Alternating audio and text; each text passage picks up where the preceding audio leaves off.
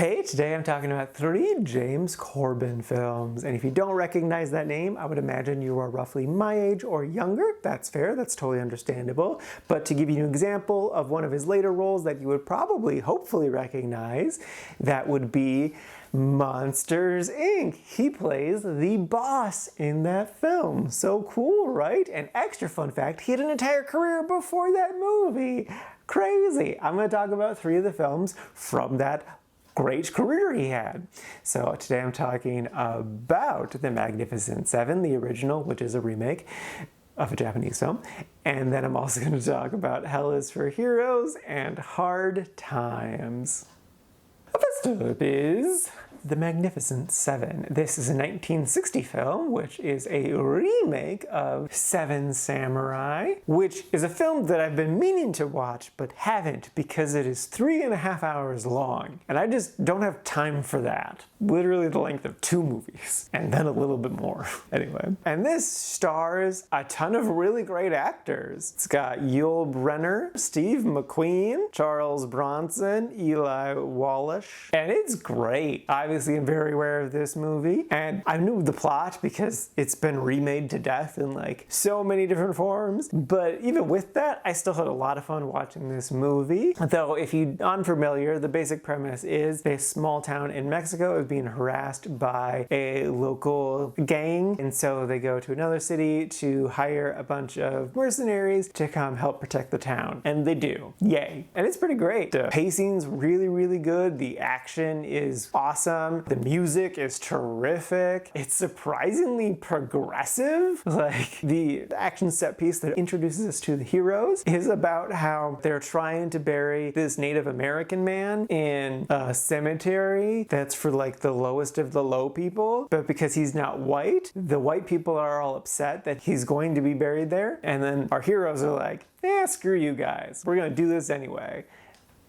Yeah, so that was fun. I also liked how much they actually had Hispanic/Mexican actors in this film. The love interest for one of the characters was actually a very beautiful Mexican actress, which you really don't see at this time. It's usually like white person who's got a lot of tan, which technically the villain is, but it's also whatever, it's the border. And yeah, it was just a lot of fun. If I was gonna complain about anything, it would be that I wish they would have developed more of the 7, but it's still really good and really fun. I would definitely recommend this movie. It's a good story, told well, definitely still holds up. It's just a good fun time. Next up is Hell is for Heroes. This is a 1962 film, again starring Steve McQueen, and also introducing Bob Newhart.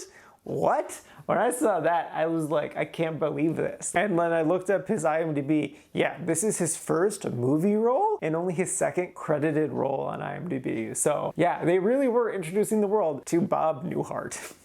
The basic premise is World War II, and a bunch of soldiers really want to go home, but then they get sent to the front line. And not only that, it's to a part of the front line that is very thin, as in like they are the only soldiers there and they have to defend a large area all by themselves. And there's definitely active Nazis right on the other side of the ridge. So they have to constantly make it seem like there's much more of them than there really are. And this was pretty damn good. The action is incredible. Like, they did such a good job with that. Anytime there was an action set piece, I perked up a bit, and it was a lot of fun. They also had some really, really great special effects. Like, they lit a guy on fire. That was so cool. I wasn't expecting that in a 60s movie. You also saw a guy's arm blown off, like the aftermath of it. You did see the explosion, but like you didn't graphically see the explosion on his arm. And like some of the things they did to like make it seem like there were more people there were clever and interesting. I do have complaints about this movie though. The beginning was kind of weird because it was trying to be funny. It felt tonally strange. And then like even throughout the film, once they do finally get to the encampment, it gets better. But there's still moments of funny that are just like don't quite work. It's mostly in the beginning though. And even then in the beginning too, there's some weird drama stuff that doesn't quite work for me, especially with like Steve's character, because he's just being really hard-edged and I'm like, this doesn't feel earned yet. I don't know. I did still like it a lot. It's in the quite liked, basically a 4 out of 5. It's just a good, solid, fun war movie. I definitely enjoyed it. I would still definitely recommend it.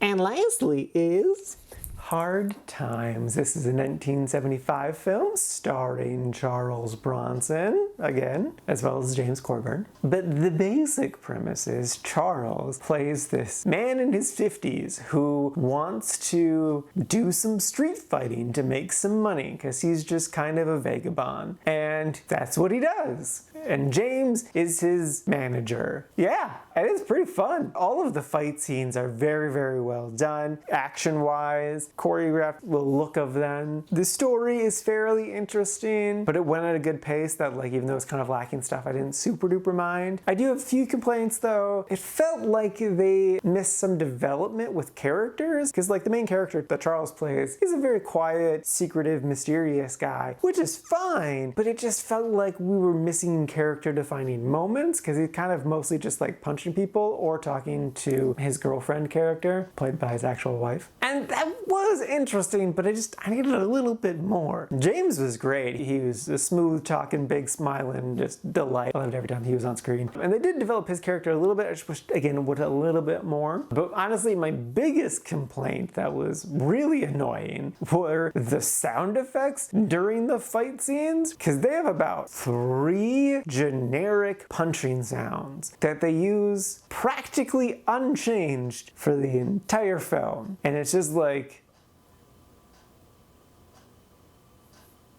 how do you make a film about punching and don't get more punching sound effects? Like, what are you doing? Ugh. So that was frustrating. I would honestly love if someone remastered this film and fixed the sound effects. Like, I know it's kind of cheating, but like, I don't care. It would make this film so much better. Just that little tweak, just a little tweak. But yeah, no, it's a good, fun film. And if you like boxing movies or like fighting movies, this is a good movie. It's definitely worth a watch. Just be prepared for hearing the exact same 3 noises ad nauseum. So much. But if you can put that aside, it's worth it. It's really, really good.